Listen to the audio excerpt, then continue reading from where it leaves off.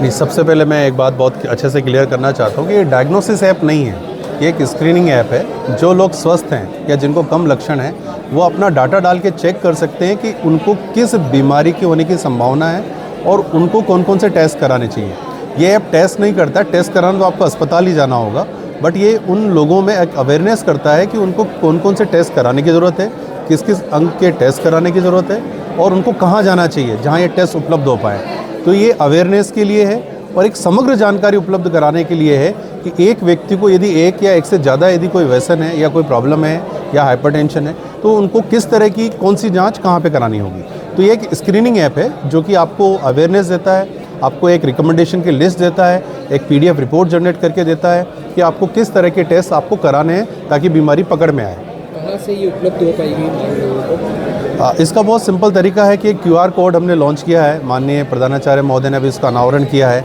जो भी व्यक्ति इस QR कोड को स्कैन करेगा तुरंत ये ऐप उसी के मोबाइल में शुरू हो जाती है। देखिए, विश्व कैंसर दिवस के उपलक्ष्य में आज यहाँ हमारे RNT मेडिकल कॉलेज के सभागार में हमने हमारे रेडिएशन ऑन्कोलॉजी के सीनियर प्रोफेसर एवं विभागाध्यक्ष डॉक्टर नरेंद्र राठौड़ द्वारा विकसित एक ऐप को लॉन्च किया है। इसका जो है वो नाम है प्रिवेंटिव हेल्थ एडवाइज़र और ये एक इस तरह का ऐप है जो किसी भी प्रकार से इंटरनेट या AI बेस्ड नहीं है। ये जो हमारे चिकित्सा विज्ञान की जो मूलभूत धारणाएं हैं उन्हीं को लेकर के इस ऐप को जो है वो उन्होंने बनाया है और ये ऐप इस तरह का है जिससे कि किसी भी आम जन के अंदर कैंसर होने की संभावना या अन्य जो गैर संक्रामक रोग हैं जैसे हार्ट डिजीज़ है, जैसे हाइपरटेंशन है या डायबिटीज़ है, इनके होने के संभावना को ये जो है वो ऐप इंगित करता है जिससे कि वो व्यक्ति थोड़ा उस चीज़ को लेकर के संभले और अपने जो है वो प्रिवेंशन के ऊपर कार्य करे। ये जो ऐप है इसका हमारे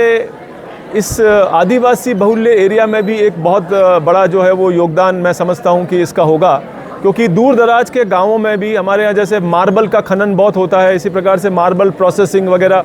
तो वहाँ पे कार्य करने वाले जो भी हमारे जो है नागरिक लोग हैं उनके लंग्स का जो है वो प्रॉब्लम जैसे सिलिकोसिस या COPD होने का खतरा रहता है, तो उसको भी ये ऐप जो है वो आगाह करेगा। इसी प्रकार हमारे जो मेडिकल एंड हेल्थ के आशा सहयोगिनियाँ हैं या जो हमारे ANMs हैं जो दूर दराज गाँव में काम करती है, उन लोगों के लिए भी ये ऐप जो है वो हमारे जनरल पॉपुलेशन की स्क्रीनिंग के लिए बहुत ही उपयोगी सिद्ध होगा।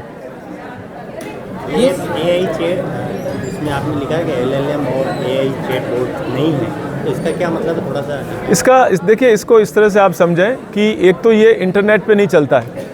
तो हम जैसे देखते हैं कि हमारे दूर दराज गांव में जो इंटरनेट की जो है वो उधर वहाँ पे टावर्स के नहीं पहुँचते हैं तो इंटरनेट की सुविधा नहीं पूरी उपलब्ध हो पाती, तो उससे जो है ये ऐप मुक्त है।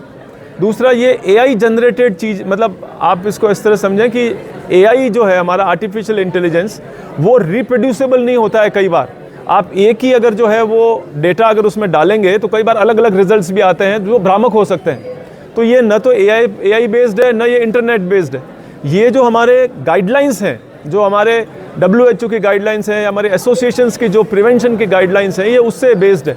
इसके कारण ये बिल्कुल सटीक जो है वो जानकारी देता है और इसकी जानकारी पे आप बहुत अच्छी तरह से भरोसा कर सकते हैं।